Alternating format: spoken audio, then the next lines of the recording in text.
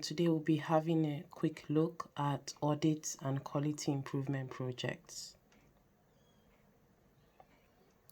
So why do we do audits? We do audits so we can find out if the care we are providing is in line with standards and whether there can be improvements in the care we are providing. So what clinical audits do is that they allow quality improvement to take place where it will be most helpful in the service, and then this improves outcomes for patients. So I'll just quickly talk about the difference between clinical audits and quality improvement projects. A clinical audit requires a set of standards to compare it with, while a quality improvement project does not necessarily require a set of standards. They can just be done whenever there is a need for improvement in care. But when carrying out a quality improvement project, it would also require an analytic approach. So what are the steps in undertaking an audit? The first thing you need to do is to identify a clinical issue.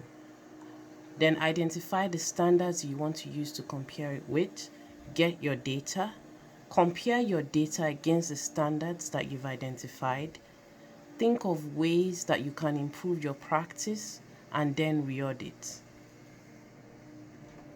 So how do we identify the clinical issue? So if you think about your clinical department, there are lots of audits that can be undertaken in day-to-day practice. So things like even simple things such as auditing the discharge summaries of your patients, maybe auditing a particular management plan such as management of heart failure, checking if you are doing that according to NICE guidelines. NICE talks about National Institute of Clinical Excellence. So there are a set of guidelines that help to guide clinicians when they are managing different conditions. You can audit screening of diabetes. You can audit lots of different things. And then you now have to look for the standards. What are standards? Standards are expert guidelines that outline the ideal situation for a specific clinical issue. For example, if you're working in the NHS, you might have specific guidelines in your trust for how inpatient notes should be documented or how outpatient notes should be documented. So that's an example of a standard. But you can get standard from various sources. You can obtain them from clinical guidelines such as NICE, as we've talked about. You can get them from departmental guidelines. You can get them from trust guidelines. The next thing after identifying your standard is to obtain your data. You can obtain your data for an audit either prospectively or retrospectively. And that could be that you decide, okay, within this time frame, in the next 3 months, I'm going to check how my practice is against the standard. Or you look at the past 3 months, just for an example, and see how does my practice compare against the standard. You just need to choose a suitable time frame.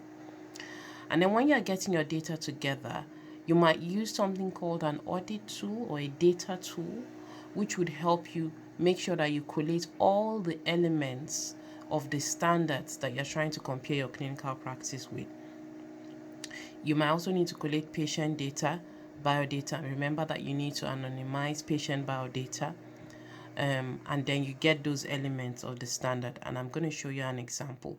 So this is an example of an audit tool. And this was a tool that we used to audit our compliance with DVLA guidelines in regards illnesses, specifically mental illnesses that we need to notify the DVLA about.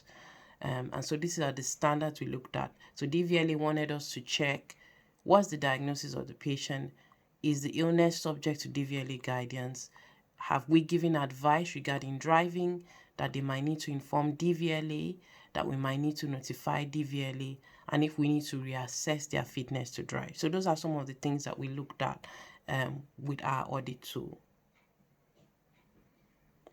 So you then need to collate your data in an organized format, especially if you are getting a large quantity of data.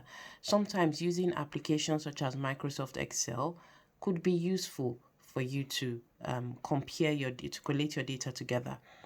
So you then compare your data against the standards and check your level of compliance. Ideally, what you would want in your clinical practice is to be 100% compliant with the standard. When you have identified your compliance level with the standards, then you need to identify areas where you want to improve.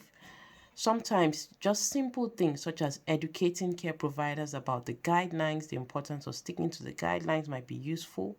Sometimes pro formas to help make your documentation easier, but making sure that you adapt them to follow the guidelines might be just some of the things that you might need to do.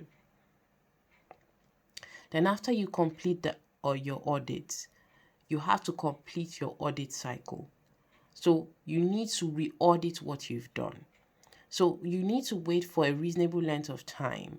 Make sure those recommendations you've made, whether it is educating people about needing to follow the guidelines or providing pro formas, you need to give it time for that to be implemented in your practice. And then you then re-audit and see what you've done. Now, this is a picture of the audit cycle. So just going over what we've discussed, you first identify a clinical issue, you obtain or define the standards you need, you collect your data together, and then you compare how your clinical practice measures against the standards, you bring about recommendations for change, and then you re-audit. I hope this has been helpful in helping you understand what an audit process looks like and what a quality improvement project is. Thank you.